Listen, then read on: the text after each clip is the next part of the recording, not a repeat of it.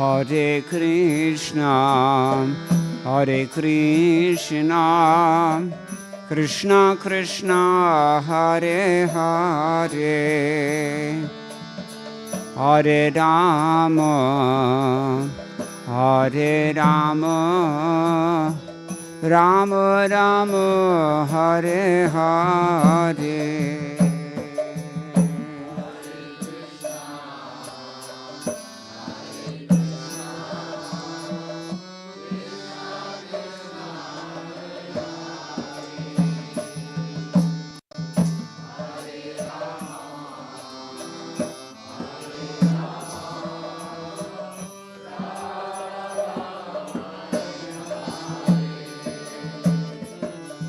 Hare Krishna, Hare Krishna, Krishna Krishna, Hare Hare,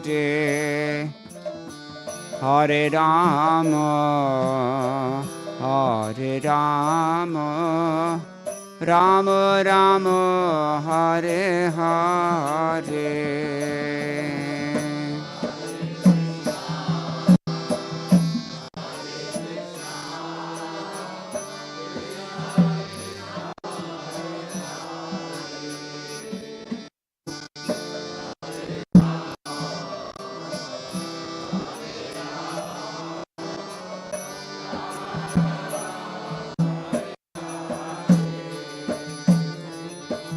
Hare Krishna, Hare Krishna, Krishna Krishna, Hare Hare, Hare Rama, Hare Rama, Rama Rama, Hare Hare.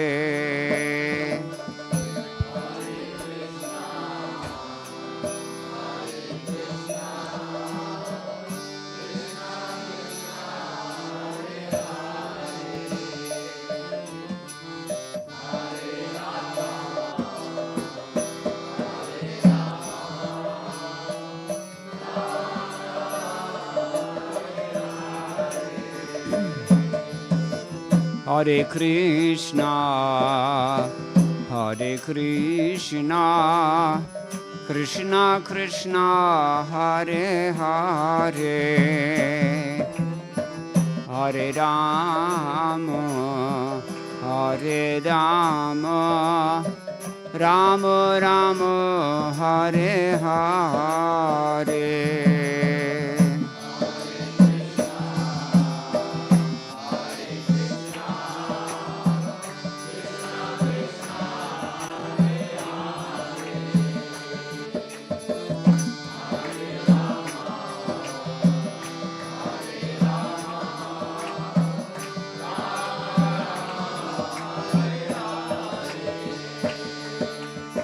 Hare Krishna, Hare Krishna, Krishna Krishna, Hare Hare, Hare Rama, Hare Rama, Rama Rama, Hare Hare.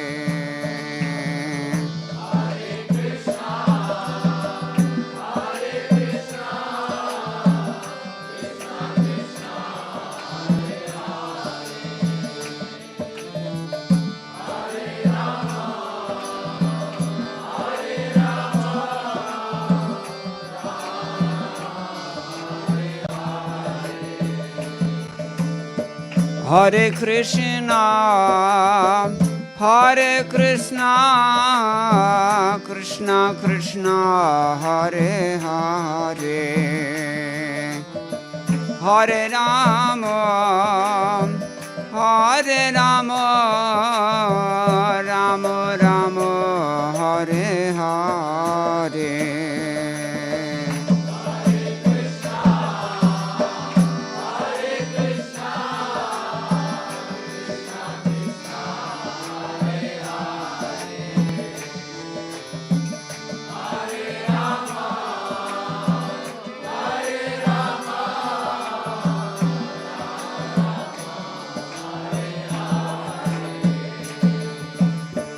Hare Krishna, Hare Krishna, Krishna Krishna, Hare Hare,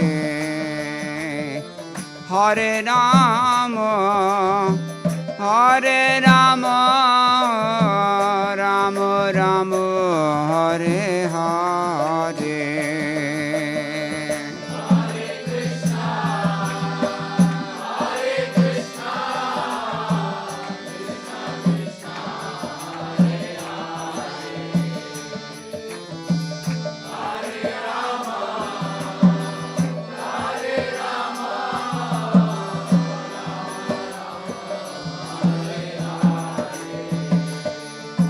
Hare Krishna, Hare Krishna, Krishna Krishna, Hare Hare, Hare Rama, Hare Rama, Rama Rama, Hare Hare.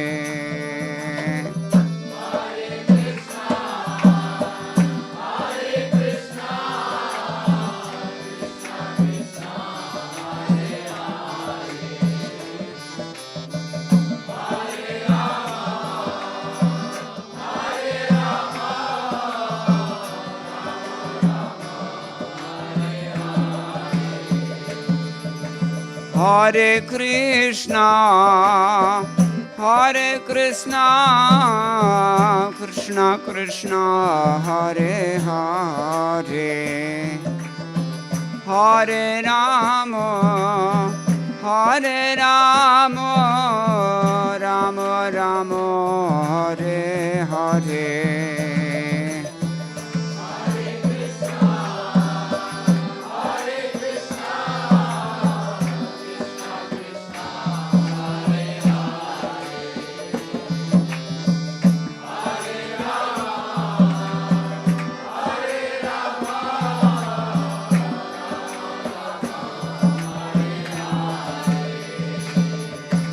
Hare Krishna, Hare Krishna, Krishna Krishna, Hare Hare, Hare Rama, Hare Rama, Rama Rama, Hare Hare.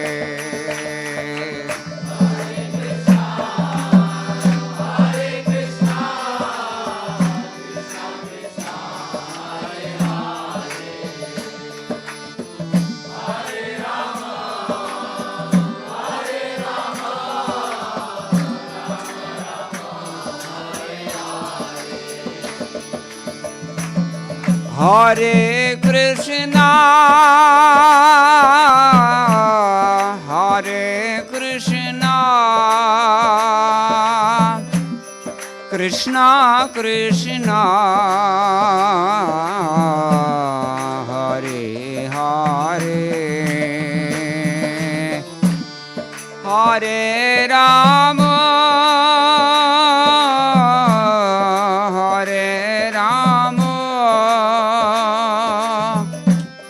Rama Rama, Hare Hare.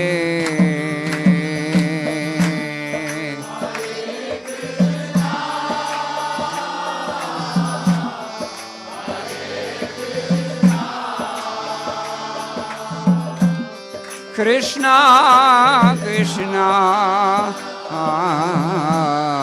Hare Hare,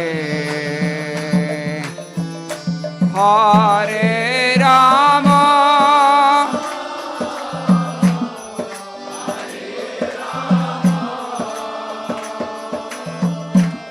Rama Rama, Hare Hare, Hare Krishna, Hare Krishna, Krishna Krishna, Hare Hare, Hare Rama, Hare Rama, Rama Rama, Hare Hare.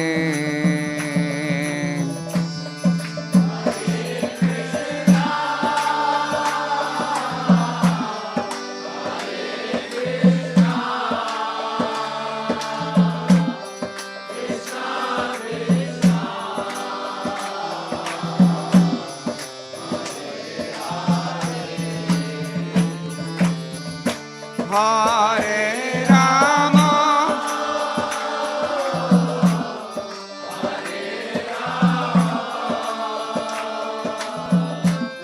Rama Rama, Hare Hare. Hare Krishna,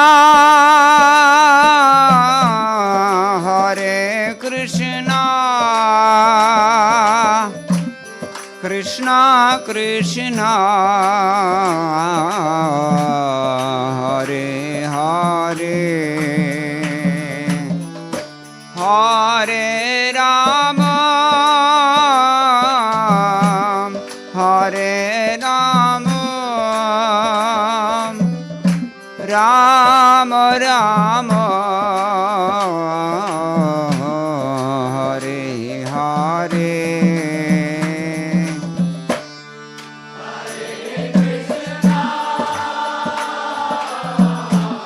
Hare Krishna, Krishna Krishna, Hare Hare. Hare Rama, Hare Rama, Rama Rama,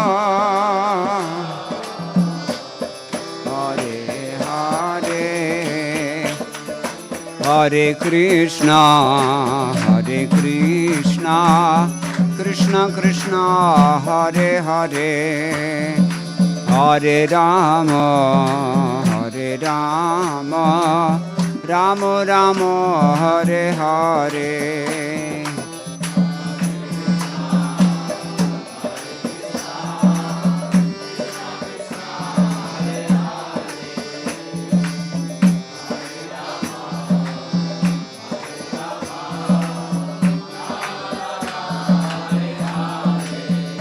Bolo Hare Krishna, Hare Krishna, Krishna Krishna, Hare Hare, Hare Rama, Hare Rama, Rama Rama, Hare Hare.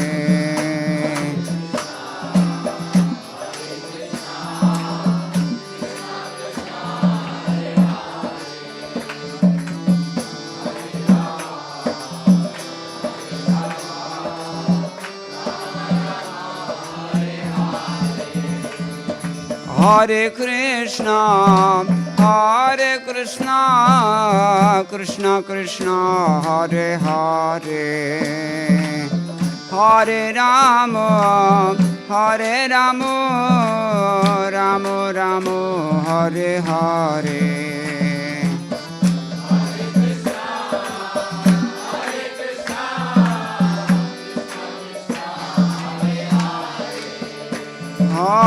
Hare Rama, Hare Rama, Rama Rama, Hare Hare, Hare Krishna, Hare Krishna, Krishna Krishna, Hare Hare, Hare Rama, Hare Rama, Rama Rama, Hare Hare.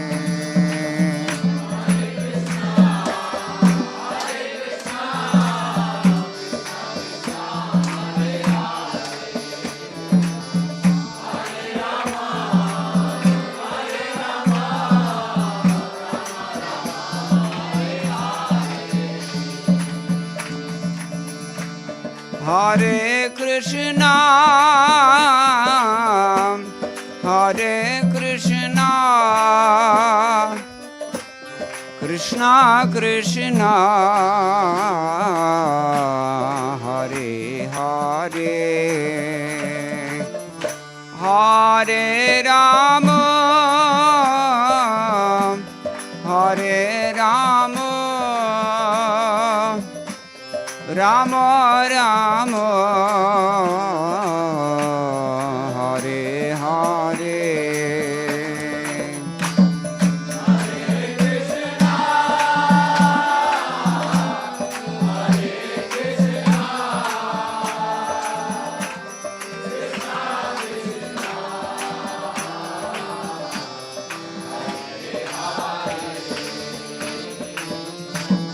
Hare Rama, Hare Rama,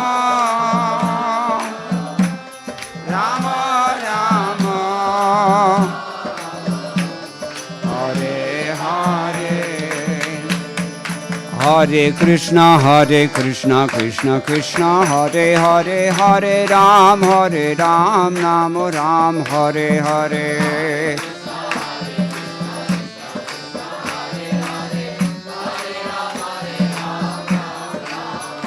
Bolo Hare Krishna, Krishna Krishna, Hare Hare, Hare Ram, Namo Ram, Hare Hare.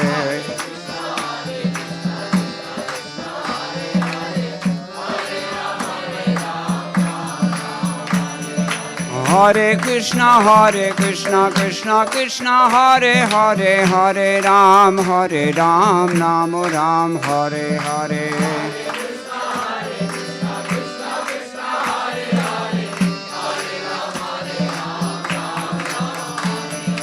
Hare Krishna, Krishna, Hare Hare, Hare Ram, Namo Ram, Hare Hare.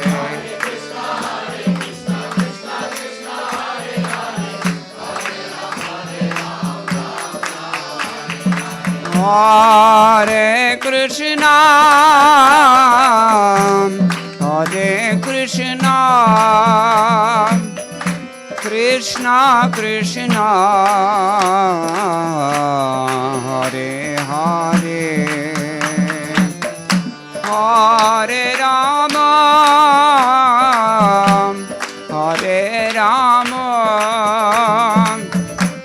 Rama Rama, Hare Hare.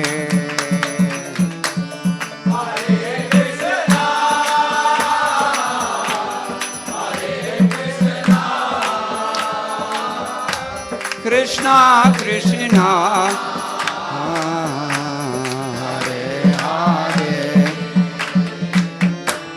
Hare Rama,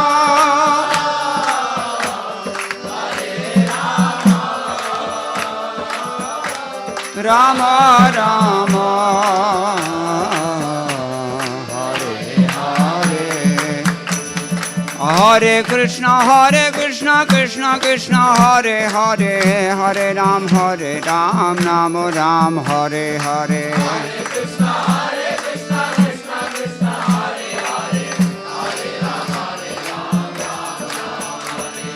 Hare Krishna, Krishna Krishna, Hare Hare, Hare Ram, Namo Ram, Hare Hare.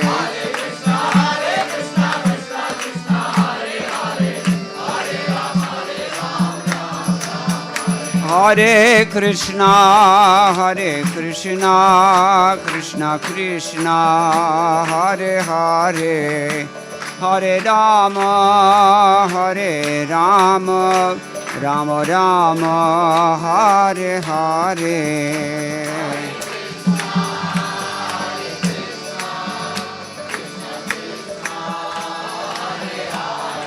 Hare Rama, Rama Rama, Hare Krishna, Krishna Krishna, Hare Hare, Hare Ram, Ram Ram, Hare Hare.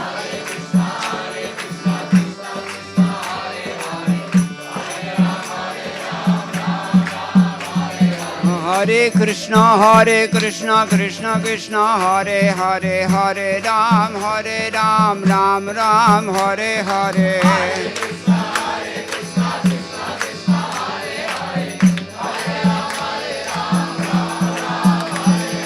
Hare Krishna Krishna Krishna Hare Hare, Hare Ram Ram Ram Hare Hare.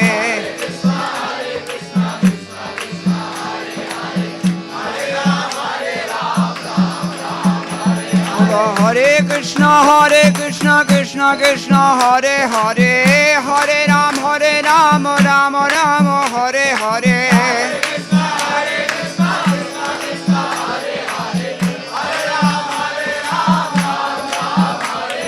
Hare Krishna Krishna Krishna Hare Hare, Hare Ram Ram Ram Hare Hare.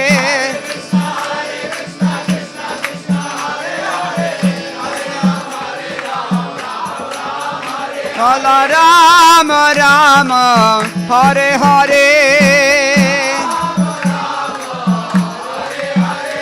Ya Krishna Krishna Hare Hare,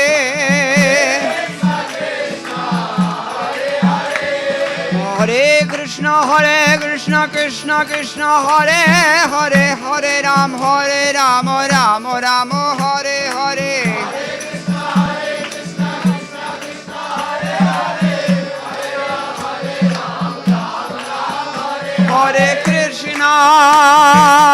Hare Krishna Krishna Krishna Hare Hare, Hare Rama Rama Rama Hare Hare.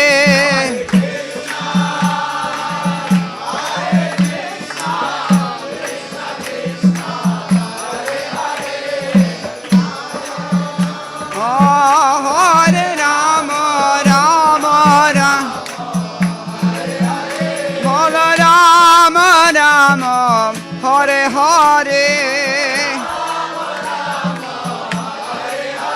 Hare Krishna Krishna Hare Hare, Hari Bol, Hari Bol, Hari Bol, Hari Bol.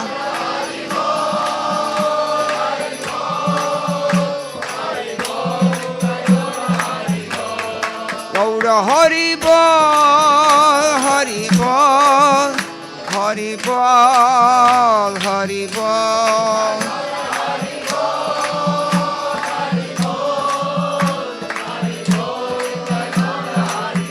Jaya Jaya Prabhupada, Prabhupada, Prabhupada, Prabhupada.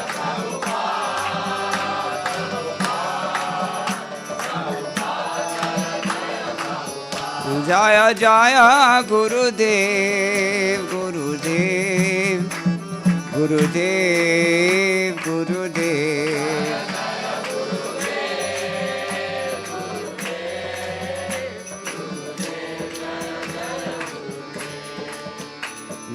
Gaura Premanandi Hari Hari Bol.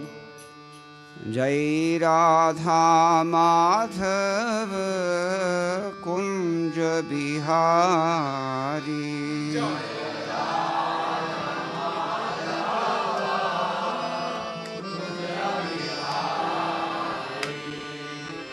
Radha Madhava Kunja Bihari.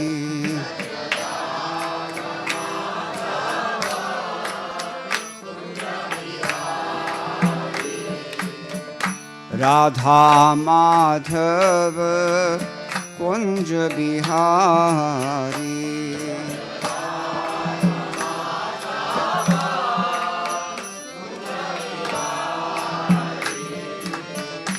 Radha Madhava Kunja Bihari.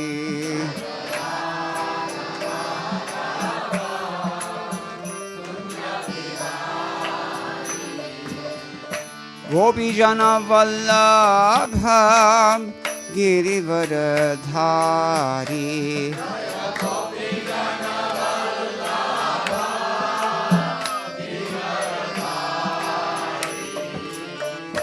Gopijana Vallabha Girivaradhari.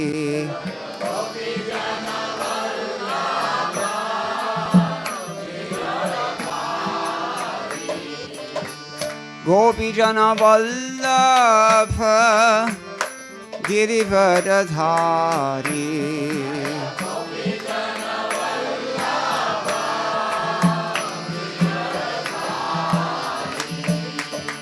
Yashodanandana Braja Jana Ranjana.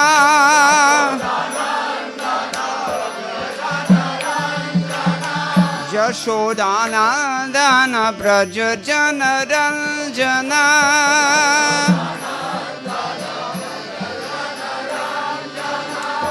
Yashodanandana Braja Jana Ranjana.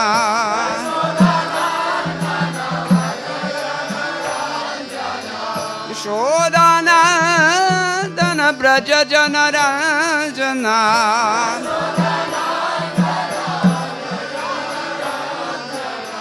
Jamuna Tiravanachari.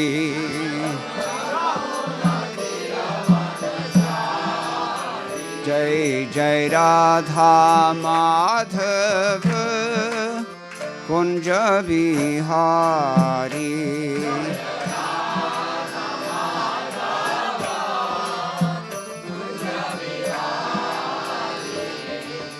Gopijana Vallabha Girivaradhari.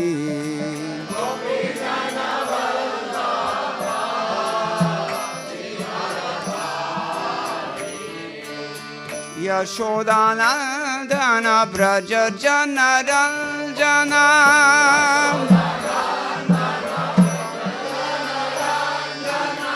Yashodanandana Braja Jana Ranjana.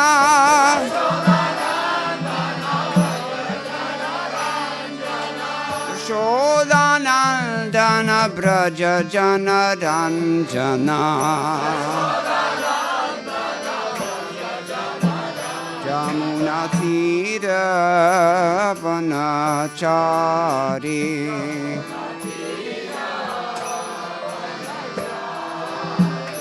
Jamuna Tira Vanachari.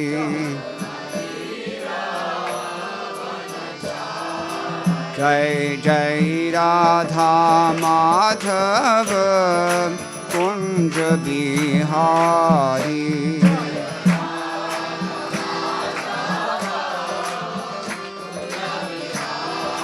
Jai Jai Radha Madhava Kunja Bihari.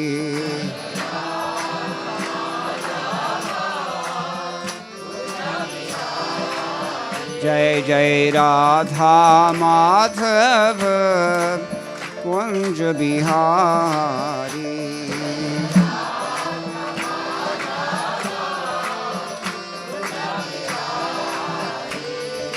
Hare Krishna, Krishna Krishna, Hare Hare, Hare Ram, Ram Ram, Hare Hare.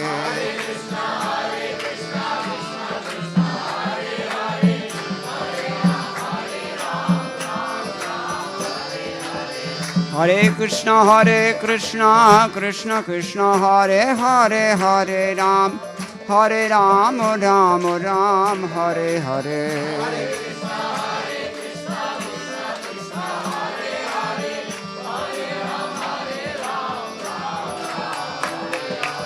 Hare Krishna, Krishna Krishna, Hare Hare, Hare Ram, Ram Ram, Hare Hare.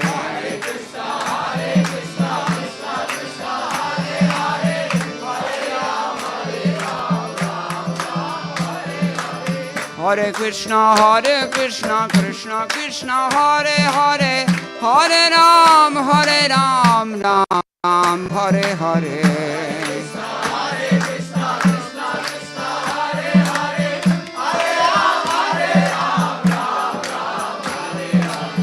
Hare Krishna, Krishna Krishna, Hare Hare, Hare Ram, Ram Ram, Hare Hare.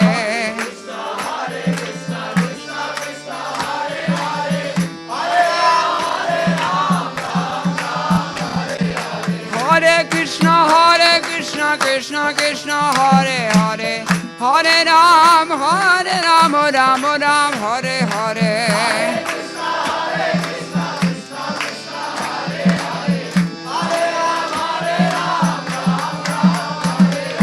Hare Krishna, Krishna Krishna, Hare Hare, Hare Ram, Ram Ram, Hare Hare.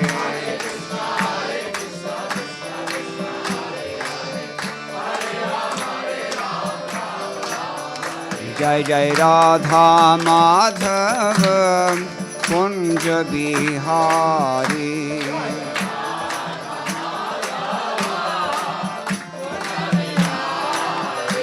Jaya Radha Madhava Kunja Bihari.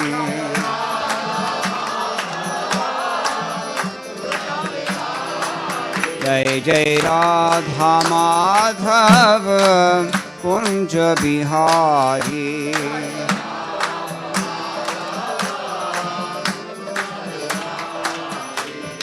Gaura Premanande Hari Hari.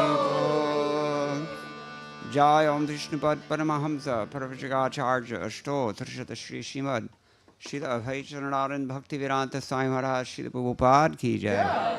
Ananta Koti Vaishnava Vrinda Ki Jai. Nama Acharya Srila Thakur Haridas Ki Jai. Se kaho Sri Krishna Chaitanya Prabhu Nityananda Shri Advaita Gadadhar Shivasari Gaur Bhakta Vrinda Ki Jai. Shri Shri Radha Krishna Gopa Gopinath Shyam Kunda Radha Kunda Giri Govardhan Ki Jai. Vrindavan Dham Ki Jai. Navadip Mayapur Dham Ki Jai. Ganga Devi Ki Jai. Umanamai Ki Jai. Bhakti Devi Ki Jai. Tulsi Rani Ki Jai. Vrinda Ki Shri Harinama Sankirtana Ki Jai. Grantaraj Srimad Bhagavatam Ki Jai. Iskan BVT Samsthapak Acharya Srila Prabhupada Ki Jai. Go Premanande. All glories to the assembled devotees. All glories to the assembled devotees. All glories to the assembled devotees. All glories to Sri Sri Guru and Gauranga. Jai Srila Prabhupada.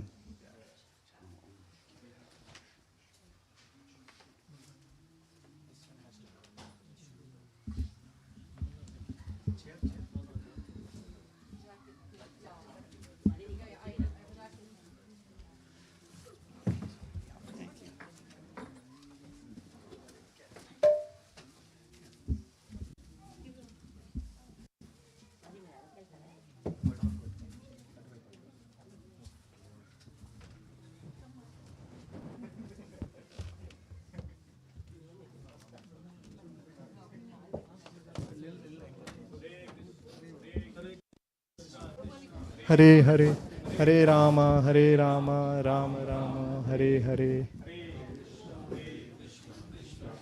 Hare Hare. Hare Krishna, dear devotees. Thank you so much for coming and blessing us. And just a small request: if all of you can move, whatever front you can move, please. That will help. There are some devotees standing behind. So if you, 3.75 as Balimardan Prabhu told, please, all of you can move 3.75 inches forward, or whatever space you see in the front, please cover it. Thank you so much.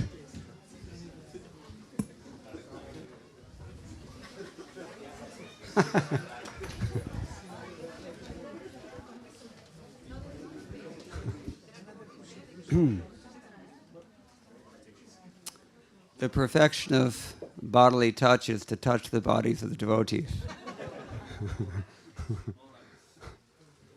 Om Jnana Timirantasya Jnanam Janashalakaya Chakshurun Militam Yena Tasmai Shri Gurave Namaha Shri Chaitanya Manobhishtam Sthapitam Yena Bhutale Swayam Rupa Kada Mahyam Dadati Swapadantikam Vandeham Shri Guroho Shri Utapadakamalam Shri Gurun Vaishnavam Pam Sagrajatam Sahagana Raghunathan Vitam Tam Sajivam Sadvaitam Savadhutam Parijana Sahitam Krishna Chaitanya Devam Shri Radha Krishna Padan Sahagana Lalita Shri Vishakhan Vitamscha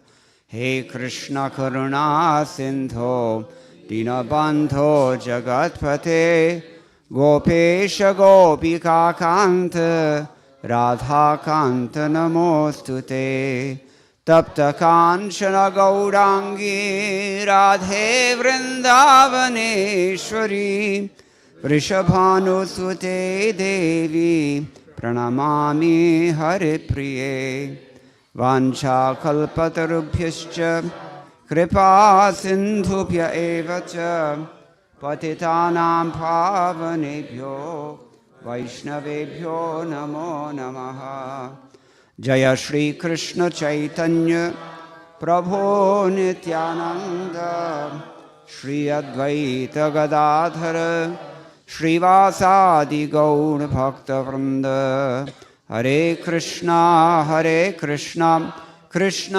Krishna Hare Hare Hare Rama Rama Rama Hare Hare Madgavira Vigopala Swikuryat Kripaya Yadi Tadaivasam Payaha Pitva Hrishayustat Priyajanaham. Anybody was here last night? Raise your hand. Some of you know. This is Vishwanath Chakravarti Thakur. In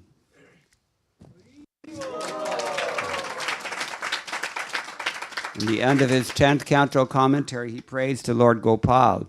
He says, "My dear Lord, only if you accept my words as your cows, then they can provide enough sweet milk to give pleasure to your pure devotees." This is an assembly of pure devotees and discriminating rasikas, so I know I have to be careful what I say, and I'm just praying in the following in the footsteps of Vishwanath Chakravarti Thakur that maybe my words can be suitable to help someone. So we're discussing Bhagavad Gita tonight, translation and commentary by His Divine Grace A.C. Bhaktivedanta Swami Srila Prabhupada, founder and Acharya of the International Society for Krishna Consciousness and savior of the modern world. This is, in other words, Bhagavad Gita as it is. And we're on text number 27 of the 9th chapter. The 9th chapter is the most confidential knowledge. And within that 9th chapter, we have a very famous verse, which I'm sure many of you already know. For those who don't know yet, it's one of those verses you should learn. What does Krishna say? Yad karoshi yad ashnasi yad johoshi dadasi yat tapasyasi daunteya tat kurushva mad ardapanam. Whatever you do, whatever you eat, whatever you offer or give away, and whatever austerities you perform, do that, O son of Kunti, as an offering unto me. Purport by Srila Prabhupada. Thus, it is the duty of everyone to mold his life in such a way that he will not forget Krishna in any circumstance. Everyone has to work for the maintenance of his body, and soul together. And Krishna recommends herein that one should work for him. Everyone has to eat something to live. Therefore, he should accept the remnants of foodstuffs offered to Krishna. Any civilized man has to perform some religious, ritualistic ceremonies. Therefore, Krishna recommends, do it for me. And this is called archana. Everyone has a tendency to give something in charity. Krishna says, give it to me. And this means that all surplus money accumulated should be utilized in furthering the Krishna consciousness movement. Nowadays, people are very much inclined to the meditational process, which is not practical for this age. But if anyone practices meditating on Krishna 24 hours a day by chanting the Hare Krishna mantra around his beads, he is surely the greatest meditator and the greatest yogi, as substantiated by the 6th chapter of Bhagavad Gita. Which verse is Srila Prabhupada referring to in the final sentence of this purport? 6th chapter? Okay, you're all educated audience, so you know. Of all the yogis, Krishna says, one who has fixed his mind on me and who worships me with great faith, he is the best of all the yogis. Some of us worship Krishna, but we don't have so much faith. So that's not what Krishna is talking about. You have to be shraddhavan. Bhajate yomam same yuktata mata. He's got the best engagement of anybody. So here we have a little bit more explicit information about exactly how we do this. Everybody does things. What do you do? What do you do all day long? We do kaj. Kaj. Yes. Kaj comes from which we were discussing this last night. We have Hindi shabda honte hain. Tad sama ek prakar ke Hindi shabda or tad bhava dusra prakar. So tad sama means it's exactly the same as it is in Sanskrit, and tad bhava means it's almost the same. So in Sanskrit, what is the word? Karya. Karya. Na tasya karyam karanam cha vidyate, na tat samas chabhyate kascha drishyate, parasya shaktir vividhaeva shruyate, swabhaviki jnana bala kriyacha. This is the Shvetashvatara Upanishad, Shruti mantra, tells us that, well, the difference between us and Krishna. Krishna has everything automatically taken care of by his potencies. What kind of potencies? Bala, jnana, kriya shakti. The potency to do something, the potency to know everything, the potency to act properly. Krishna has these potencies. We don't. That's why we're struggling. Prakriti sthani karshati. We're situated in the Lord's energy. That energy we would like to control, but she's controlling us. And we have no ability to exploit Krishna's energy. We were discussing this the other night in Dublin. Generally, people pray to Ganesh, Vinayaka. What's he known as in Chennai? Huh? Pilayar. Every T intersection, he'll be there. Zarur. I should say Kandipa. So this is Ganesh. So people worship Ganesh, especially Marathi log, right? And who else do they worship? Well, they worship all kinds of people, but I'll give you a hint. Diwali, Lakshmi and Ganesh. So why Ganesh? Why Lakshmi? Ganesh because he's Vighna Vinashaka, yes. He's destroying all the obstacles. Now, he's also called Vinayaka, right? Or for you from Chennai, Vinayagar. So what does Vinayaka mean? Have I explained this here before? No. I think so. Maybe you don't remember, but I remember.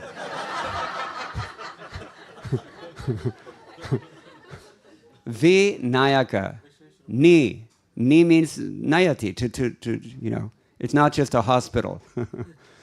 To lead someone.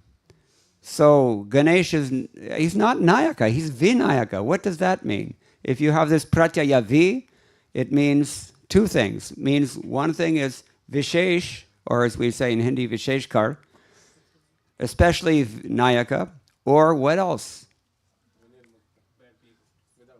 Vigata, in the opposite direction, ulta.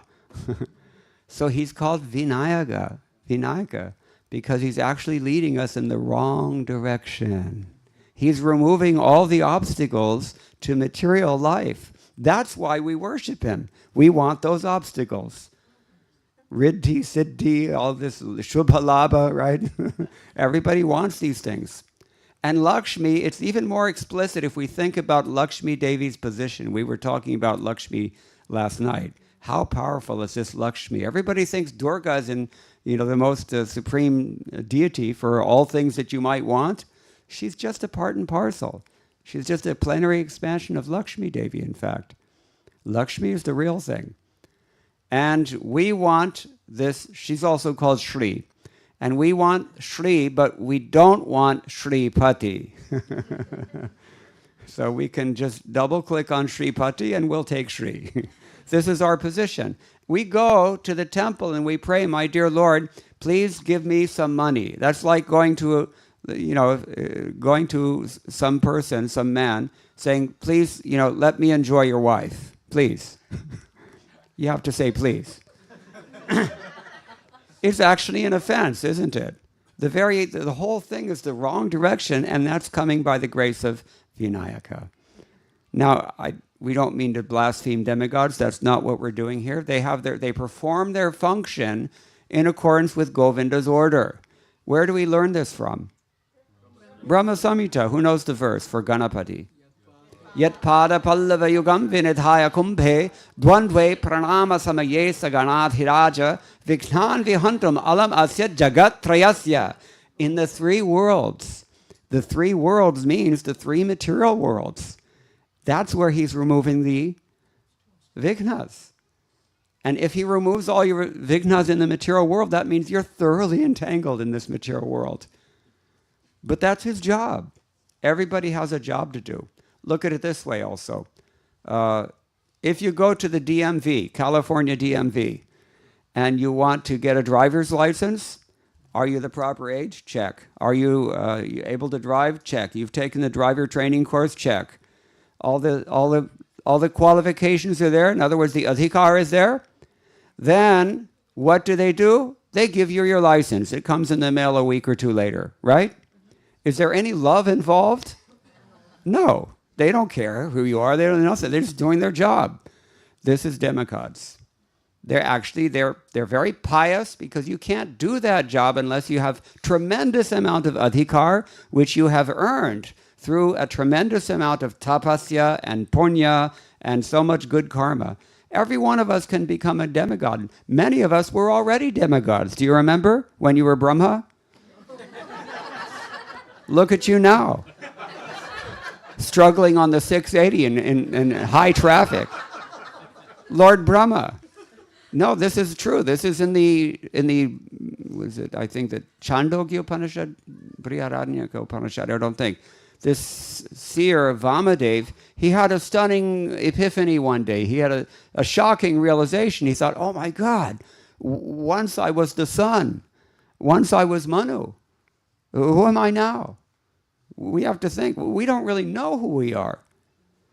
And somebody who removes all the obstacles to you getting further entangled in this world is not really doing you a favor, but that is the whole purpose of these demigods. Why are they doing this? Because Govinda wants to make sure that the people who have some attitude problem, they have to work out that problem before they can actually come back to the spiritual world. That's what it comes down to. This is like a prison house. And where do we hear this? Srishti, Sthiti, Pralaya. Yeah, this time it's right. Last night it was wrong. Srishti, Sthiti, Pralaya, Sadhana Shakti Reka, Chayeva, Yasya Bhuvanani Bibharti Durga.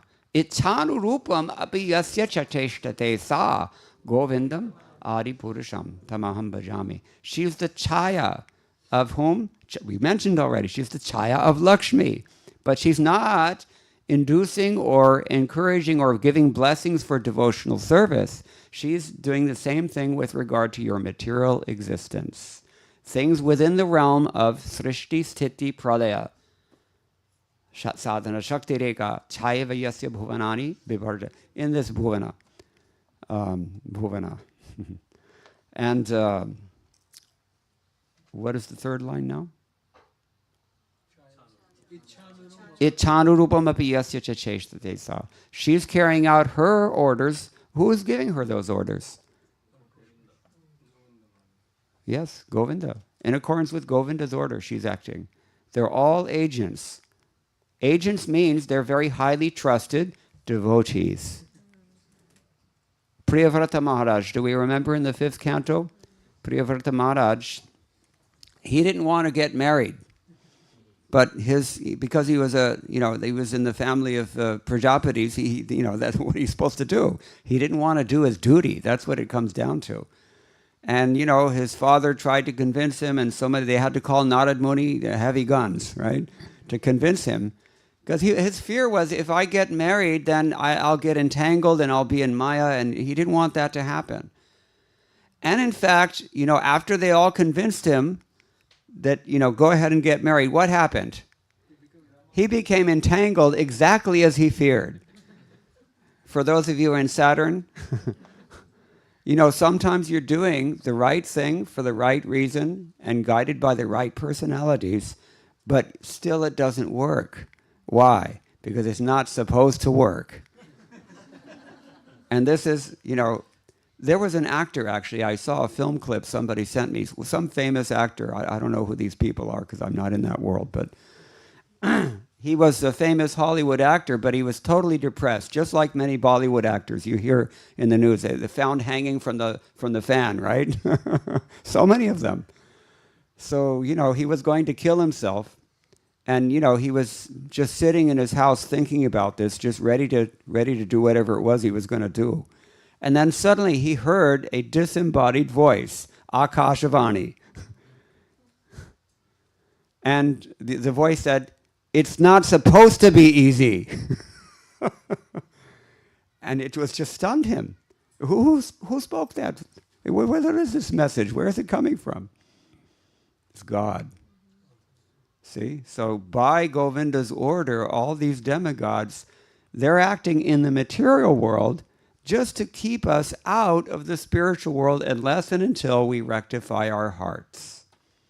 And when we finally come to the human life after 8,400,000 other options, then we have a very short window of opportunity to actually do something about it. So while you're here, you have to try to do something about this predicament, because you are going to die, everybody. It's not a threat, but it's definitely an accurate prediction. Everybody in this room will be dead within 100 years, most likely. So while you have this chance to do something about it, take advantage. Human life is different from animal life because human beings can think about, well, what is that thing that distinguishes us from animals? Yes. Dharmasya hina. Yes. Without, and Prabhupada mentions, every civilized man in his purport, he says, what does it say here? Any civilized man has to perform some religious ritualistic ceremonies. Therefore, Krishna recommends, do it for me. And this is what we find in Bhagavad Gita also says. Krishna says, do your duty, but give it as an offering unto me. That is good. Aisa hona chahiye.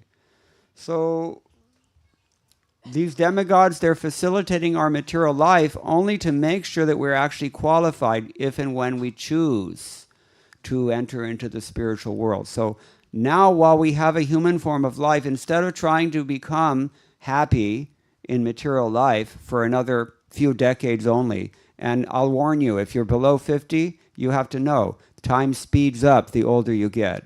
Definitely it speeds up, or it feels that way at least. I told this once to Jayadvaita Swami. I said, it feels like as we get older, time is just speeding up. The years are flying by the way that months used to go. And he said, no, it's not speeding up. You're slowing down. I think it must be something more like that. Anyway, while we can, we have to take advantage of this human form of life. How many Tamilians here? Raise your hand. Okay. Yeah, a few. So this Velukuri Krishnan, he has his trust. We stayed at his ashram in Alwar Tirunagari in South India. We were doing some programs there. He kindly hosted us. So his trust is called Kinchit Karam Trust. Anybody know what Kinchit Karam might mean? You can guess. Do something. Do something while you can. Take advantage of this human life and do something about it. Otherwise, you don't know where you're going. Just as we have no idea where we were 100 years ago. Anybody want to break out of the mold and give me some answers? Where were you 100 years ago? I have no idea. Where are we coming from? Where are we going? We have no idea. Now, therefore, there's no guarantee that we're not going back into some animal form. It's possible. If we think I was in the airport once and I saw a billboard there that think like a dog. Ayo. What is this? If you think like a dog, Baba, you're going to become a dog. There's a joke about this. I don't want to get too far afield, but it's funny. One man in Karnataka, I don't know if it's a true story or not, he really badly, he wanted to come to America, right? He must have been a farmer. It's better than killing yourself, right? So he went to a Jyotish, astrologer, and he said, I just want to know my future. So the astrologer looked at his chart and considered everything for a few moments. A good astrologer can do that. And he told him, I see that you're going to take your next birth in America. And the man said, really? Oh, that saves me a lot of money. I don't have to go now. So you're going to have a very expensive mansion, and that will be in Beverly Hills. And you'll have the dog has to be there. Anybody who's been to West LA, the dog hona padega. So, he said, and that will not be an Indian dog. It cannot be an Indian dog. It's like in India now, they're getting dogs, in the cities at least, and it will never be an Indian dog. Have you noticed? It has to be a Videshi dog, So, yeah, and you're everywhere. Everyone is going to feed you anything you don't have to worry about any bills. You don't have to. Everything will be supplied to you, and you'll be chauffeured around in a private limousine in Beverly Hills, California, very wealthy neighborhood. And yeah, he's just getting more and more excited. And he's definitely is going to be, because you're going to take birth in California, Beverly Hills, as a toy poodle. As these little dogs, you see all the girls in Beverly Hills, they have a tiny purse, and there'll be a tiny dog sitting in that purse. Yeah, they're called toy poodles. They're tiny, tiny little dogs. So, this is your future. So be careful. You don't know. People, I live in Vrindavan, so I see it every day. People come, the first thing they want to know is all about the Nukunj Lila, right? Or they want to practice some esoteric Raganuga Sadhana Bhakti. Are Baba, first of all, study the 8,400,000 species of life, because you got to know what the qualification is for each of them so that you can tell you're not going to become one of them. Or at least cultivate, the consciousness that I am not this body. That realization has to come first. And all the Shastras help us. First thing we have to master, according to all the Acharyas, even Shankara agrees. First thing you have to master, if you would study seriously, say Vedanta philosophy, you have to learn what? Sadachara. Good behave properly. Be a civilized human being. Act in the right way. Shishtachara, we also call it. Then you can study philosophy. Then you can maybe realize you're not your body, because after all, that's the beginning of devotional service. It's not the goal of devotional service, liberation. Liberation is the beginning of devotional service. Only in that state, Krishna says in chapter 18, can a person actually practice param bhakti, right? You all know the verse. Yes. And there are some symptoms there, just in case there's some doubt. You can test. Who's on that platform? Na kankshati. He's not envious of anybody. He's not hankering after things he doesn't have, and that includes even the Mercedes Benz or whatever the neighbor is doing. And na shochati. He's not blaming somebody else for his problems and crying like a baby, whining and complaining about all the time. That's called shoshati. And therefore, he can be non-envious. Therefore, he can actually be equal. Nowadays, they always talk about equality, especially here in the Bay Area. And it's just a political trick that they want to exploit the less intelligent people. Just like the so-called caste system that they hate. It's the same thing, equally cheating. In the name of equality, they're just trying to exploit people. It's very clear. And Prabhupada says, real equality can only be there when we have spiritual realization behind it, because people are not equal on the material platform. There are so many, I would love to dance, I can't do that. Somebody might want to sing that they can't do it. Or, whatever it is. We all have some degree of good karma and some degree of bad karma, and that's not going to change in this life. Hote, over time it will change. But, why risk, how do you know you're going to get another human birth, as we've been describing? So, the best thing is to use this life while we can for Krishna consciousness. And Krishna is suggesting here, the principle of devotional service is that whatever you're already doing, then just do it for me. Raise your hand if you don't drink water here. Yeah, everybody drinks water. So, you're going to do this anyway. Now, how are you going to do it? What kind of consciousness are you going to have when you drink water? Are you just going to think about how nice it feels for your tongue? Or can you maybe elevate your consciousness and think, Rasoham apsu kaunteya, as Krishna says in Bhagavad Gita. What does it mean? I am that taste in water. Or, just like I was talking with somebody last night, that, when you take a shower, everybody bathes, right? Yes. I hope. It smells like everybody bathes. So, when you're bathing, you can meditate on the soap or the shower knob or what you're going to eat for breakfast, or, right? You can do like this. Or you can meditate, it's too hot or it's too cold. But why not meditate that, what is that verse? Chidananda Pano Sadananda Suno. So many verses that we hear from the Shastras, from Srimad Bhagavatam, about the Yamuna, the glory of the Yamuna River. What does Rupa Goswami says? He says, what is that?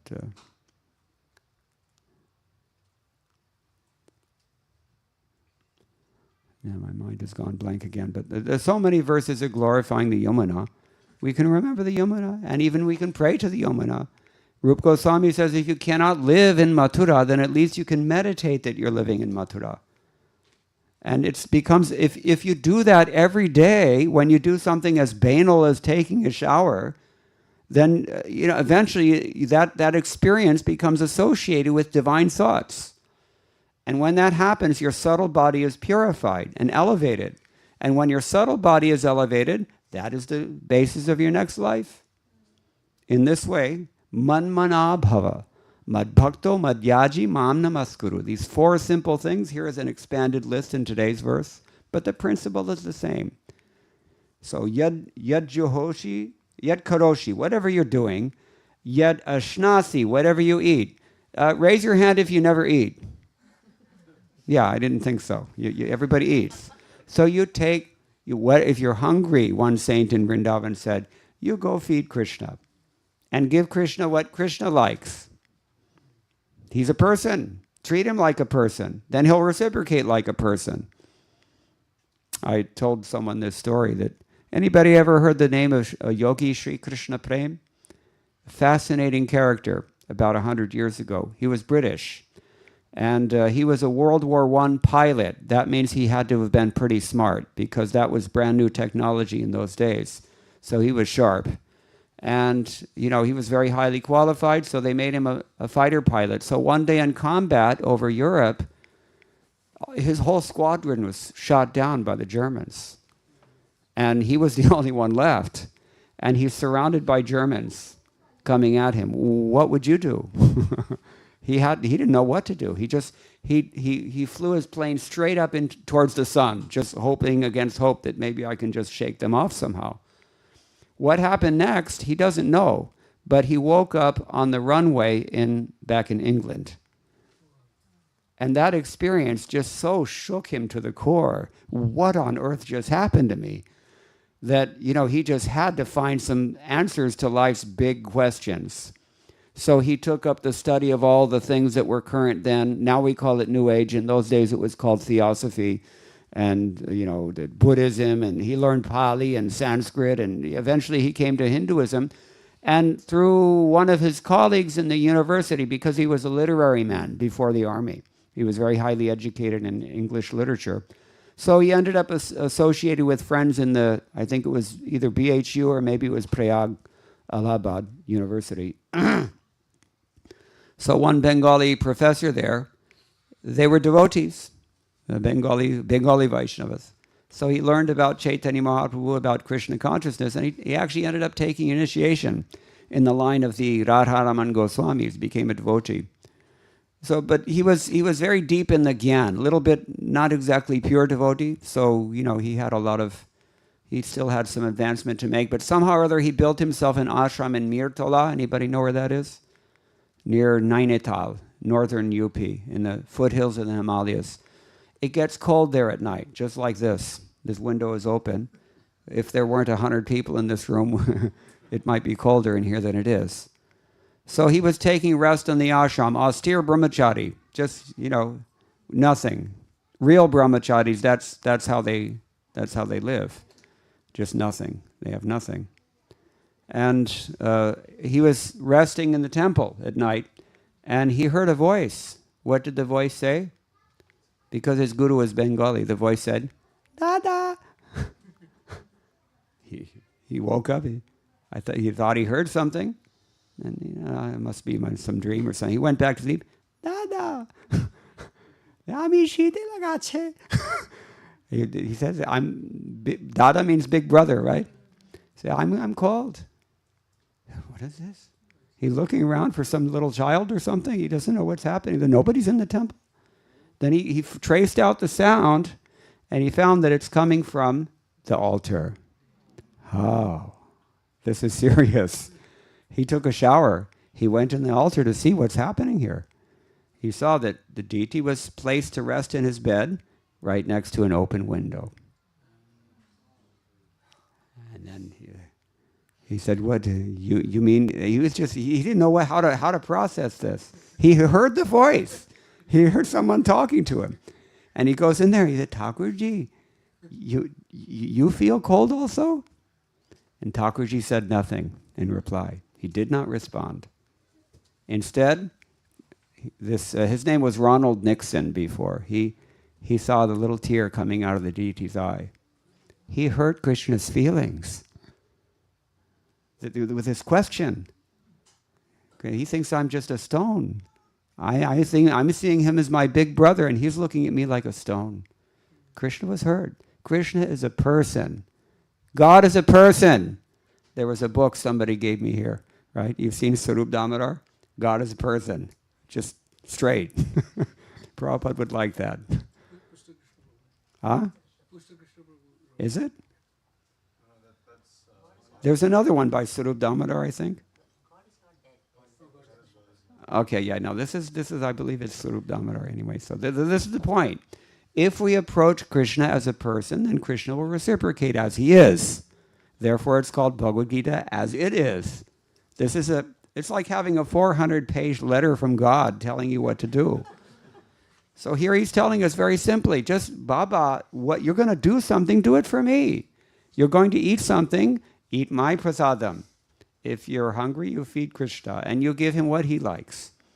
Now, just to expand on that, Rupa Goswami says, also it's very good to give the deity what you like, because you're sacrificing it, right? And then instead of eating it, you give it to someone else. Generally what we do is we choose what we like, we offer it to Krishna, and then we enjoy. I was talking to someone the other day. They said that when they were kids, their parents are strict Sri Vaishnavas, So they had big deities of Lakshmi Narayan in their home. And she said that when they were kids, they used to go on the altar and they used to steal the sweets from the deities. We know better than that, but we still, it's highly motivated, our so-called devotional service. So whatever you eat, whatever you offer or give away,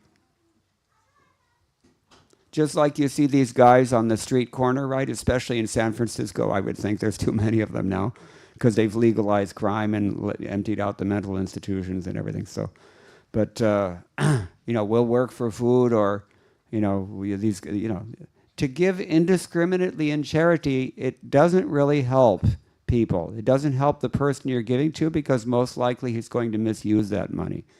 And it doesn't help you either, because you will get the karmic reaction of whoever you give to.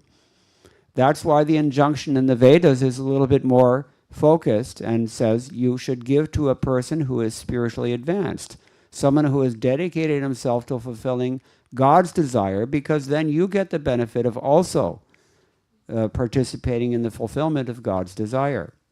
So this is why we give in charity to the Bhudevas. Who are the Bhudevas?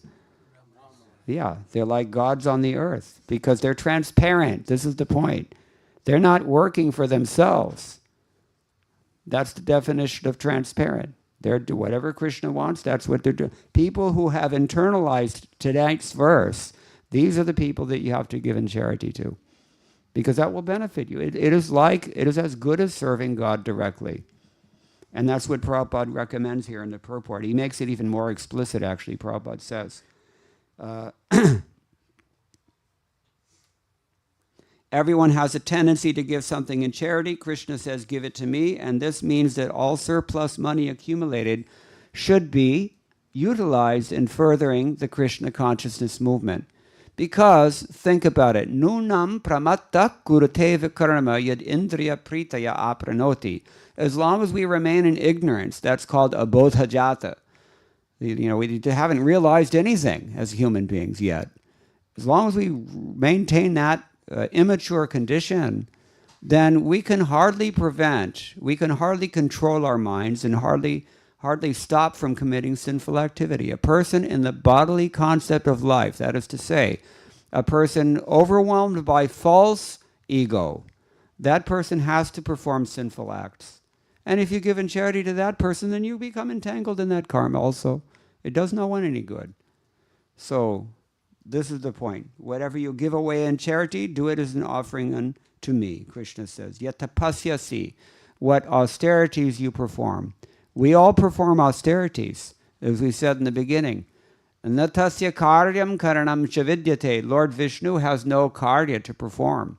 And if Lord Vishnu has no obligatory duty, then Krishna also has none, right? So how does Krishna spend his whole day?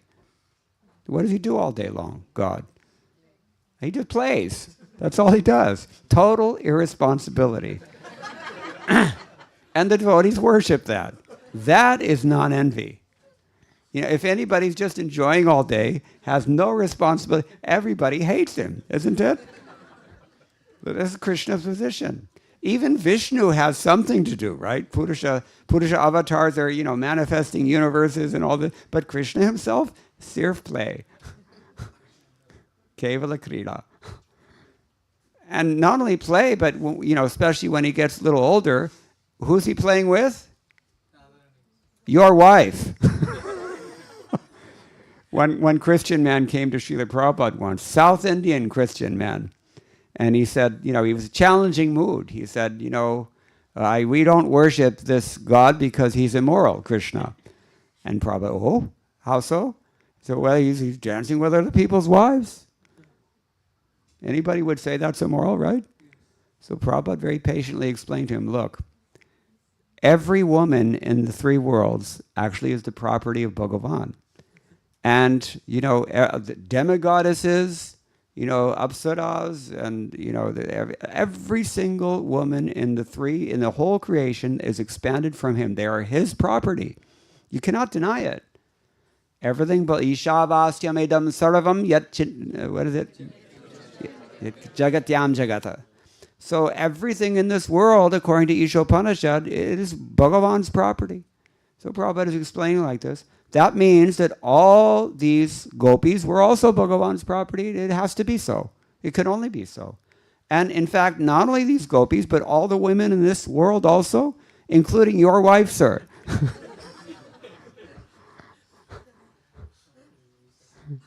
So who's the immoral one? You're enjoying... Another time, one wealthy industrialist came to see Srila Prabhupada.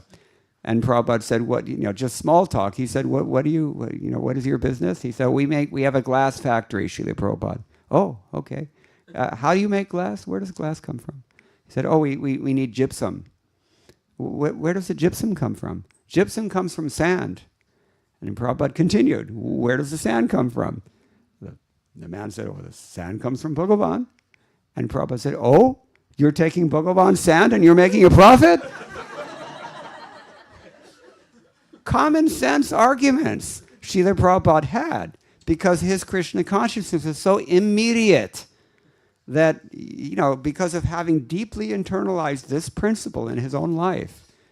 We discussed this last night. Krishna tells us, those who are practicing Krishna consciousness, they realize Krishna consciousness. For everybody else, it remains a phantasmagoria, just as some kind of pie-in-the-sky dream, mythology, something. Devotees actually realize these things. And they, more than just realizing Bhagavad Gita, they also realize Srimad Bhagavatam. And that means they realize Krishna's leelas and his qualities and his form. And eventually they enter into those things eternally. It's just a question of what your choices are while you can make these choices. My godbrother says it's like an elevator. Have you heard me say this before? Elevator door, when it opens, generally when the elevator door opens, you don't really have to get out of the elevator, right? You can stay in the elevator if you choose. But usually people have some goal in mind, right? Do we? So we're standing in an elevator door. The elevator door opens. You've pushed a button. You've made your plan. You're just, and now it's time to execute your plan. You step out of the elevator. Now what happens if you don't push a button? You're going to go wherever somebody else pushed their button. Yeah, that's where you're going. Sangat sanjayate kama. According to the association, you'll just go along with them. Sangha, samyak gachati. This is the meaning of sangha. Yeah, do you understand this? Samyak gachati. It all goes together. So, So another thing is that life is, why is it like an elevator again? Because that door stays open for just a few moments, not very long. And similarly, we have just a few decades. And if you don't believe me, kids, those of you who are young, it's, as I said, just wait. You'll see, decades, 2-3 decades gone, and then it really speeds up. And you better get it together. Prahlad Maharaj says, Kaumadam acharet prajno. A wise person begins really early. We put so much planning into our careers, right? College, to choose a college, I applied to half a dozen colleges when I was that age. Choosing a spouse, buying a house, invest, whatever you're doing in life, we put so much attention into it. But when it comes to our spiritual life, we just wing it. What kind of plan is that? That's the person who's just in the elevator and, mutal adu. Clueless goat. The goats, right? The goats, a whole flock of goats, one of them goes somewhere, they all follow. Unquestioningly, we are like that. Devamrita Swami, he's so sharp. Anybody know Devamrita Swami? Yes. He says it's called mass consensual trance.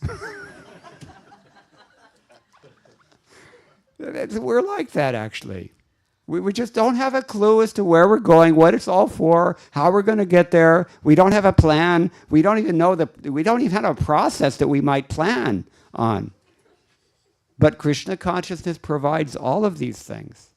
And it's not somebody's modern creation. This is coming since time immemorial. 1,000 years ago, I was just in Chennai. You've been to Mappedu? Chennai, Wale? Mappedu, you know where it is? On the west side. So many factories there, multinational corporations are putting up their things and enslaving the local population as if they never even got independence in 1947. But there's an ancient temple there called Singeshwar temple. You know the one? It's 1,000 years old. It's 1,000 years old. Marakata Lingam, Marakata, emerald lingam. Yes. So very, very auspicious place, old place. They have been doing this for 1,000 years. Other temples as well, Srirangam temple, more famous for the Vaishnavas. This is not a new thing. You come to Vrindavan, you'll see people are chanting Hare Krishna, Krishna Krishna, Hare Ram, Ram Ram. Just like in the Hare Krishna temple, people are wearing tilak and the same thing, everything. So it is a proven, time-tested science. And all we have to do is submissively hear and be ready to learn something which requires a little bit of humility. And then if we're still sincere, then to hear something is not enough. I always dilate on this thing. Why does Krishna in chapter 4, text number 10 of Bhagavad Gita call knowledge and austerity? Does anybody know? Who knows the verse? 4:10. Vitaraga bhaya krodha. Bahavo jnana tapasa puta. They all became purified by knowledge, by the austerity of knowledge. Why is knowledge and austerity? Huh? Well, first of all, you have to accumulate that knowledge. That means you have to, lift weights and practice so that you can lift up the book.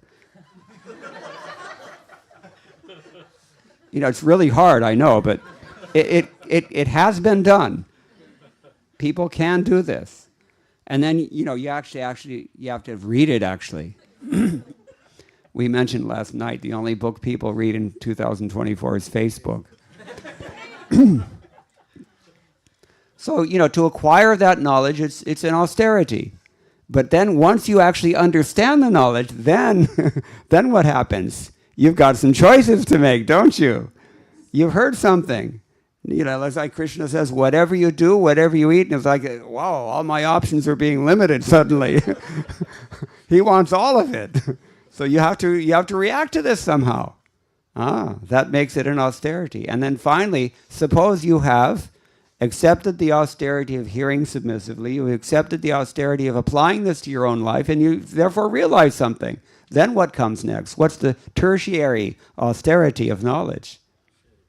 When you go out and try to share it with somebody, you'll find that they're not always receptive. Because this is I said already, this is the prison house of the Lord's creation. Only the misfits and the troublemakers are sent here, and that's us. So janma sartha kari karoparupakar. First, we have to rectify ourselves in spirit. Then we have to actually take this austerity of knowledge. Then we have to actually act on the knowledge, and hopefully we can share it. It's very clear to me from Prabhupada's purport that his conclusion is, of this verse, is that you have to share Krishna consciousness with others. He says it. Charity. This is his version of charity. So, and it all starts with chanting Hare Krishna Maha Mantra. That is the easiest and the most efficacious way to become self-realized and God-realized in this Kali Yuga. It's especially meant for the Kali Yuga, and that's coming from the Kali Santarana Upanishad. The Upanishad that's all about how to get delivered in the Kali Yuga. That's what the name means, isn't it? Kali Santarana, the total deliverance from Kali Yuga. So, it's a simple thing. All we have to do is chant Hare Krishna, Krishna Krishna, Hare Hare. Hare Rama, Rama Rama, Hare Hare. Prabhupada was very amused because one of his disciples brought a cartoon to him. It shows a person dying on his deathbed, and their son, who is a devotee, is saying, chant, chant, chant. And the person dying is saying, can't. This is our position. The same tongue that we're saying can't, I mean, you could have said Hare Krishna. The same things that we're doing every day already, we can do that for Krishna. Who's going to lose anything? No, nothing. You're doing your duty anyway, fine. We're not saying stop doing your duty and move to some Himalayan cave, and Radhanath Swami already tried that. It doesn't work. So, do your duty, be responsible in this world, but do it in such a way that it elevates you and pleases Krishna. And whatever you eat, definitely that's something you want to offer to God, because otherwise, what does Krishna say about those who are eating things just for... Punjate te tuagham papam. You're just eating mountains of sin. In Bengal, they have a joke, because it's like, rice culture, like the Tamils. They eat on banana leaves and big pile of rice. But I think the Bengalis are even more enthusiastic about rice. I mean, they really have there's a joke in Bengali that says, a bona fide Brahmin has such a high mountain of rice on his banana plate that even a cat cannot jump over it. Yeah, so this is the idea. So whatever you're eating, you take that mountain of rice and you offer it to Krishna, Annakuta, right? This is Srinathji in particular, or Giriraj Govardhan. Or if you're from Puri east side, then who's eating a lot there? Chappana Bhoga. He likes to eat also. These are the deities who eat. So, these are the things Krishna is telling us. And tapasya. There's no advancement anywhere in life without tapas. And the most crying need in the modern day and age, what kind of tapasya do we really need to focus on? Jnana tapasya.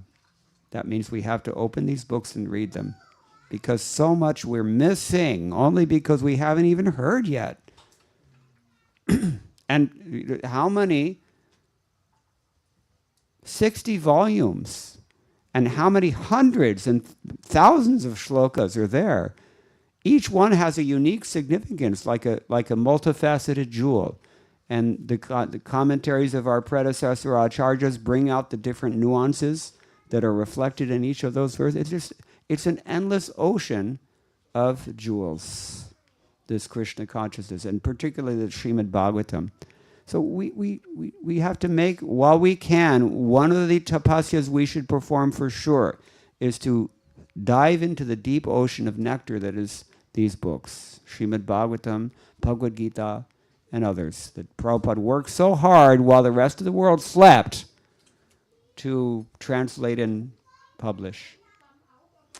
All right. And then if we do that, then we become the person that Krishna is talking about at the end of chapter 6. Yogi namapi sarvesham. Same. Okay? All right, so we'll stop here. But if anybody has any comments or any questions, yes. What is your name? My name is Kolodip. Koladweep. Okay, yeah. Thank you for so nicely explaining everything.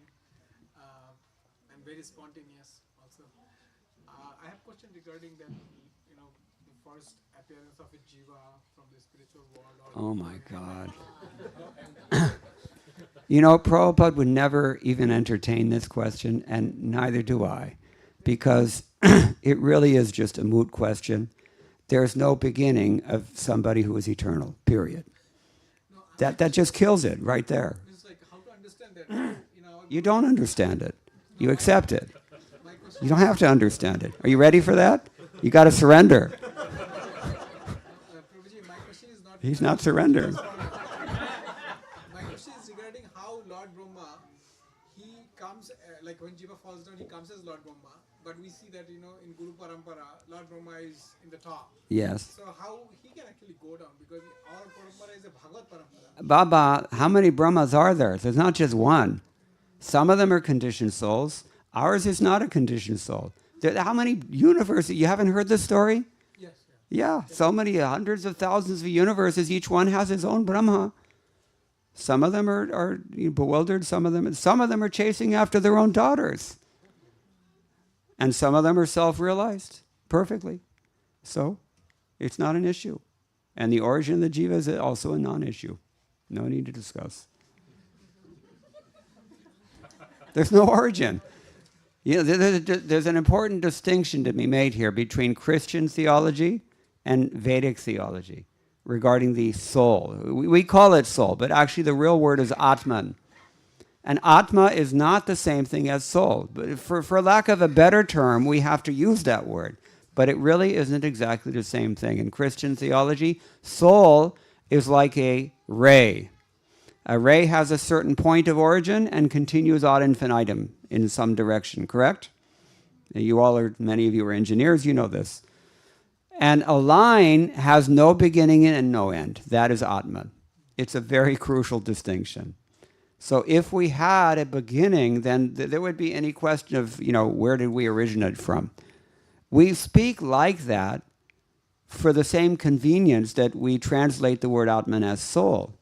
Just, conceptually, just to give us the idea that we're part and parcels of Krishna. But in fact, we were never created, we're eternal. So it's a mood issue, as I said. There's no point in even discussing. And especially it's like, what is that, Katha Nyaya. I mean, you can argue forever about this, but it is a pointless argument. And Krishna says in the 11th canto, what is that verse? You probably know it. Hyastisti nastiti bhirartanishta. I forget this now. Anyway, he says that on the basis of incomplete realization, people argue that, this or that position. And they're intransigent. They're very stubborn about it, even though neither one of them realizes fully anything. And Krishna says such people never understand that they've already turned away from me. It has nothing to do with devotional service. The people they argue, especially on the internet. If internet was available when I joined ISKCON, I might not have joined ISKCON. There's so many confused people saying so many ridiculous things. Just shut up and take on the austerity of knowledge and learn something. Then you don't need to deal with all this nonsense. Is that okay? Okay. Yeah. You mentioned about when in shower you can meditate on Yamuna. Yeah, you can. How did you develop this attachment and affection for the Dham while living in this world? How do you develop that affection and attachment? You just have to worship Krishna. You have to chant Hare Krishna. You have to read Prabhupada's books. You do have to visit the Dham. That's an important thing. Or at least you have to realize that your local temple is also the same Dham. What is the verse? Vanam tu sattviko vaso gramo rajasa uchyate tamasam dyuta saranam to, what else? Manniketam tu nirganam. Krishna says, to live in the forest, that is sattvic. To live in the city, that's passionate. To live in a sinful place, Las Vegas, that is tamoguna. But to live in my abode, Manniketam, my house, that is transcendental, nirgunam. So, temple, but it's not so easy to realize that divine nature, everywhere. Somehow or other, there's some special mercy there in the Dham.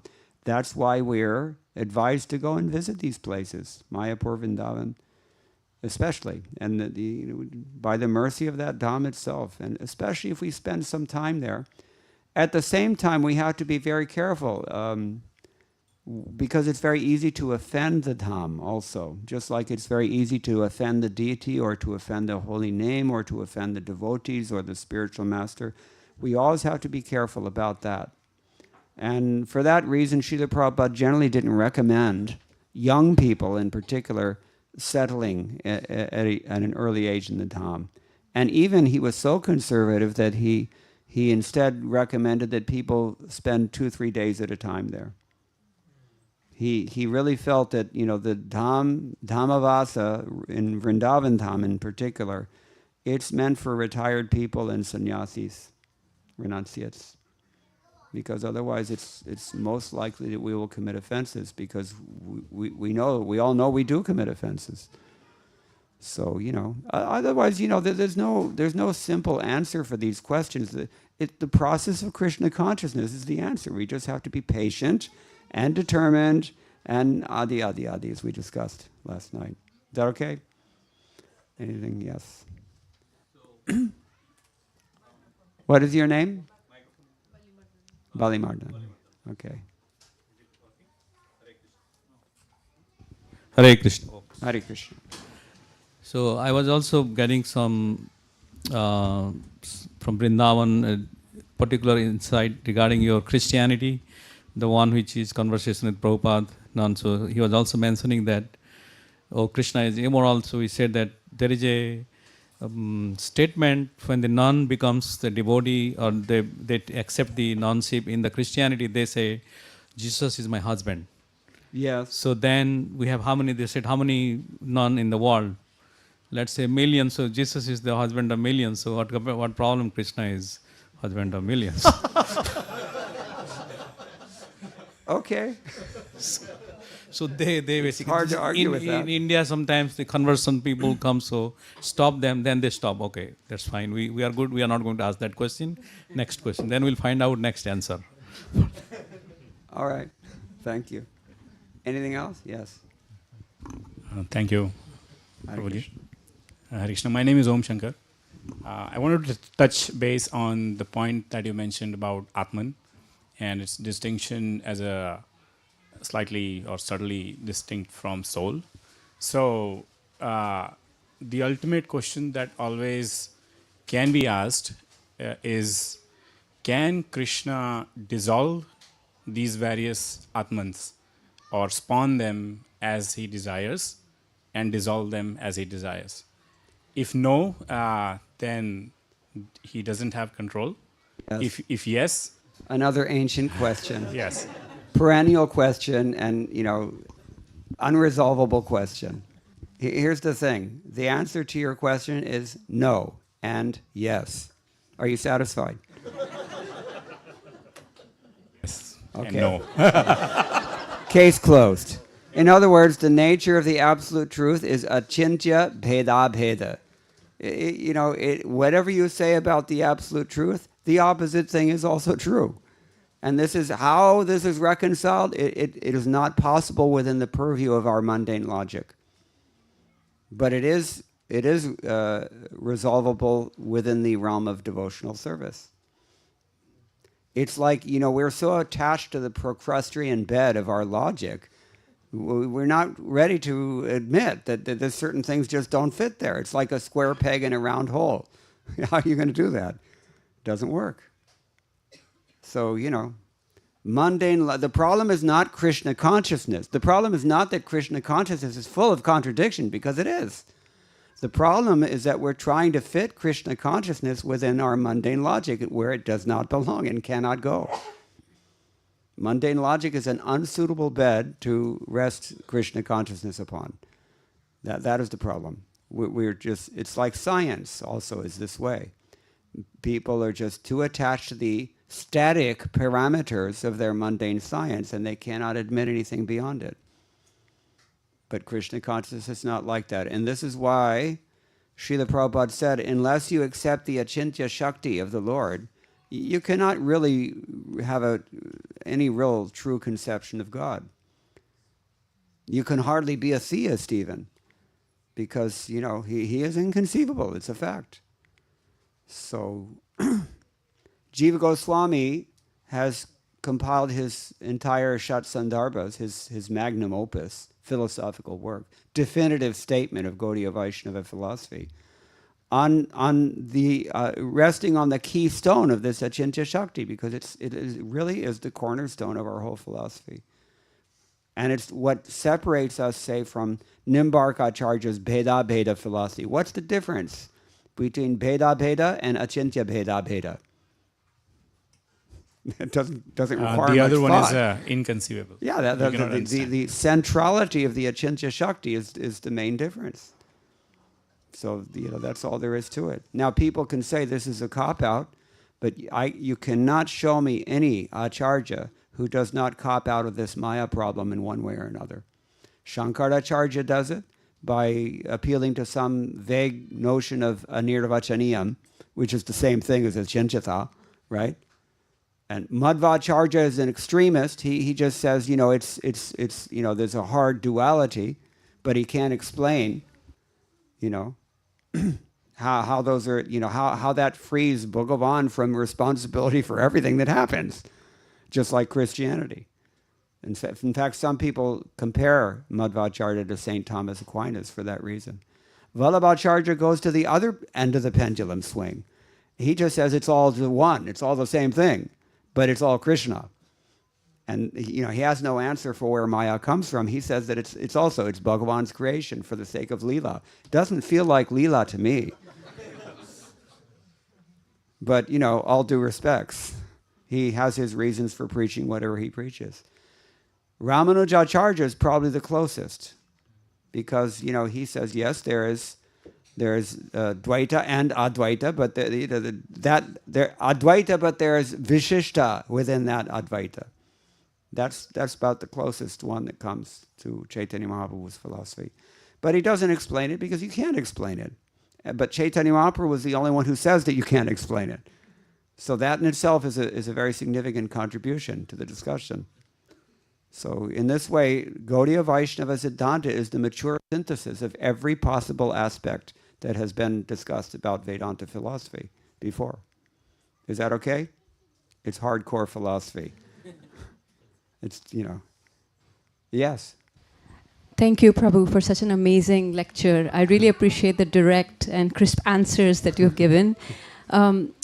Thanks for reminding us again in a very crisp way what is the process we need to follow.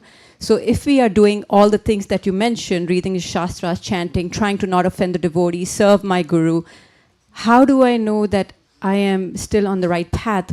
How will Krishna reciprocate? So I know that someday, after some lifetimes, I will find Krishna. Oh, we already know that. We don't need proof for that. There's a devotee from the very outset. He has the faith that what is that? Avasharokipe Krishna, Vishwas Palan. He keeps it like children. Do your children, do they ever cry that maybe you're not coming home? No, they know the Mata is there. She'll come. She'll feed me. This is what we should. So simple. Jesus Christ in Christianity also said, you should be like little children, then it will be a lot easier. Means they just have simple faith. And we think that we're too sophisticated, or we're too intelligent, or we're too advanced for that simple faith, which means that we're just rascals. But devotee has no problem just his blind faith in Krishna, because look at the caliber of people who have done so in the past. This is why Krishna mentions in that verse we quote 4:10, many people have done this already. 8 children. Shanti Raho. So, we have to place our faith in the integrity of these great acharyas. So many of them. Even Shankaracharya, right? Just a quick follow-up question. What are the signs when Krishna reciprocates? Second. Can you hear me? Someone asked Srila Prabhupada essentially the same question. How do we know when Krishna is pleased with our service, right? What's the signs that... And anybody know what the answer? I mentioned this. No. His answer, there are many answers to this question, but how do we know Krishna is pleased with our service? Prabhupada said, when he tells you. So just, carry on. You already have faith that's unshakable. We've discussed it. So, hote. One day, you'll come in first thing early in the morning, and you'll see that the refrigerator door is already open because Krishna's there trying to take the butter out. It can happen. Right? So it's just a question of love. If you want that, then he's ready. Even here in, where are we? San Jose, California. It can even in 2024. It's possible. This thing is eternal. It's going on forever. You cannot stop it. It's what we are. You cannot, I like to say, you cannot erase dharma. You can only efface it. So we try to do that. But it doesn't work. You can't get rid of it. So yeah, just carry on with the process, and gradually Krishna will reveal more and more, and we will see. And eventually we will, as we said earlier, we will begin to appreciate his name and his qualities and his form and his pastimes, and before we know it, we're participants in that Bhagavatam. Thank you Okay. so much. Anything else? Online questions. Mukaravinda Prabhu. Hare Krishna.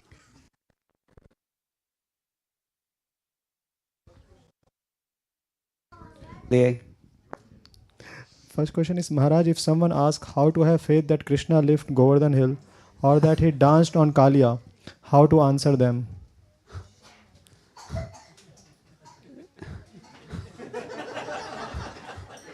I mean, this is really basic. It really depends on who are we talking about here. I mean, you're talking to a Muslim, or you're talking to some neophyte, or it depends on the individual's adhikar. It really requires empathy. For those of you who were there in Dublin the other night, you might have heard us say this. Krishna tells us in chapter 6, text 32, that the foremost of all the yogis is somebody who can empathize with others. And that's because there's no way to preach to someone unless you can understand where he's coming from. It's vital importance to have this ability. And it comes, gradually through the practice of Krishna consciousness and the wisdom that ensues from that practice. It's hard to give a pat answer to that kind of a question. It's a very open-ended, vague sort of a... But, I mean, there are many things we could say. It just depends on the person who's asking. Super. And another question someone asked, Maharaj, you suggested to offer Krishna's favorite food. So question is, what is Krishna's favorite food, and how do I offer food? Right way to offer. Butter. And you put misri in it. And you give it to him first thing in the morning. You'll get his mercy. Jai, Hare Krishna. Mangalarti sweets, what do we call that offering? Anybody know? Balya Bhoga. Because that time of the day, he's considered to be in his Balgopal form. That's why we don't give him grains. When I was on Radha Damodar, we had a very high standard. You know what we used to offer at Mangalarti? Barfi, sandesh, rasgulla, kheer, half a dozen, all milk sweets, all different kinds. Rabri, everything. So this, you're the limit. As much bhakti as you have. There's a beautiful verse in Padyavali. He says, as strong as the devotee's desire is for Krishna to eat, that commensurately Krishna's hunger increases. If you don't really care, you just put it on in some mechanical mantras, and then, he'll just take a look at it and okay, yeah. But, if you really want Krishna to enjoy it, he'll come back. He won't even wait for you to put it on the altar if you love him that much. He'll come into the kitchen and get it. It is a fact. There's stories like this. Okay, another question? No. Okay, anybody else? Last chance. Okay. Hare Krishna.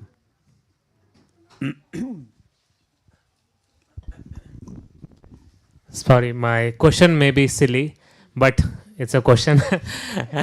We chant... His question was silly.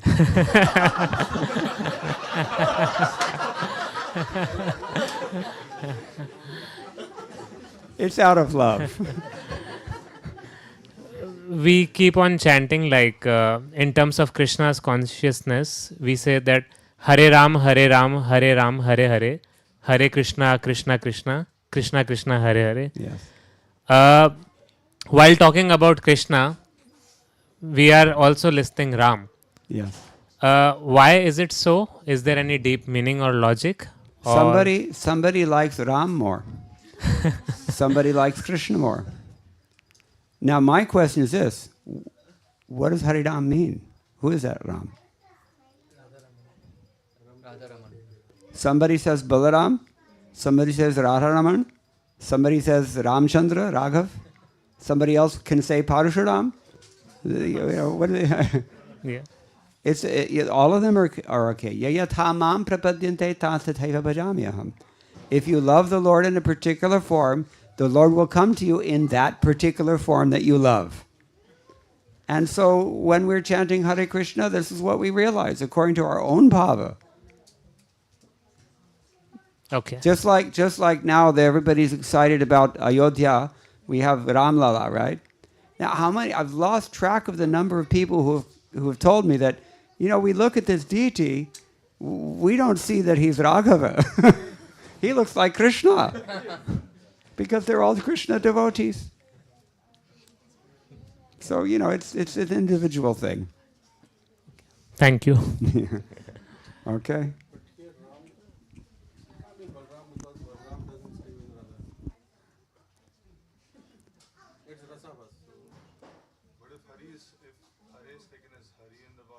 That's right. Actually, I had an argument with a pundit in Udaipur. Udaipur, maybe it was Ujjain, I don't remember. One of these places. Which one has a Dwarkadish temple? Anybody from there? Huh? No. Not that one. I mean, this is it's either Ujjain or Udaipur. No, I think it's Ujjain. Ujjaini. Anyway, the pundit was pointing out that there's no such word as Hara. Therefore, you cannot say that Hare means Srimati Radharani. He said, you can make the word. That's okay. But there's no such word. It's not in the dictionary. So we accept this. We accept this as Aitiham, something coming from our Acharya since time immemorial. But actually, according to grammatical point of view, the word is evocative of Hari. So Hari Krishna, and Hari Rama. There's no conflict there. But if we take it as Srimati Radharani, then it would be tough. But there's no need for such. These are pedantic arguments. They're not really necessary. Okay, so then last question. Just one follow-up question. How do we know more about Srimati Radharani? You find a bona fide spiritual master. And that means you have to know what are the qualifications of a bona fide spiritual master. And that means you have to study Srila Prabhupada's books to know who is a bona fide spiritual master. And then he'll teach you everything. That's the easy thing. Because he's a representative of Srimati Radharani, maybe even a personal associate of Srimati Radharani. So, who would know more than her close associates? So that's a simple answer for a simple question. Is it satisfying? Any books you recommend? All of them. Begin with Bhagavad Gita, then read Srimad Bhagavatam, then Nectar of Devotion, Chaitanya Charitamrita, and the others in your spare time. Do you recommend reading the books of Acharyas? After you read these 4 or 5 books that I mentioned, after you study Srila Prabhupada's books carefully. Otherwise, it's guaranteed, I've seen it, it's guaranteed that people will misunderstand everything else that they read. Because the baseline intelligence is just not so much prevalent in society. What Prabhupada has given us is a very, very special contribution to the world of religious cultivation. It's the exclusive property of the pure devotees, and it's very uncommon. It's very rare. Most people don't recognize that, even amongst his so-called followers. It's very, very special thing. So that's why we say you read Srila Prabhupada's books, especially Bhagavad Gita, first. And then in order you have to read. First canto, second canto, third canto, Adi, Srimad Bhagavatam, etc. Okay? And pray at the same time. Pray, chant Hare Krishna. All right, thank you all very much. All glories to Srila Prabhupada. Hare Krishna.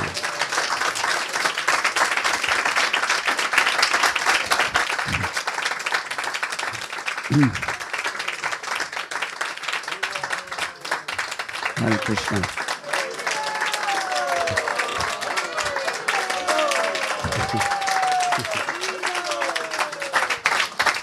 Only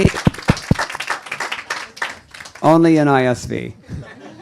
You have an announcement or No, I was asked to. extra credit question? No, I was asked to give the vote of thanks. So thank you, Mukunda Datta Prabhu, for coming, gracing with your amazing oratory, kirtan, and excellent, insightful answers to all the questions, and taking us to Vrindavan, taking us to be on the daily life. So thank you so much. And कम से कम कोशिश कर रहे हैं. अगर आप लोगों की कृपा होगी तो जरूर मैं भी कृष्ण conscious बन जाएंगे. कम से कम नहीं, अधिक से अधिक कोशिश कर रहे हैं. Hare Krishna. Thank you. Hare Krishna. Radhe Radhe. Hare Krishna. And with that, a big round of applause again.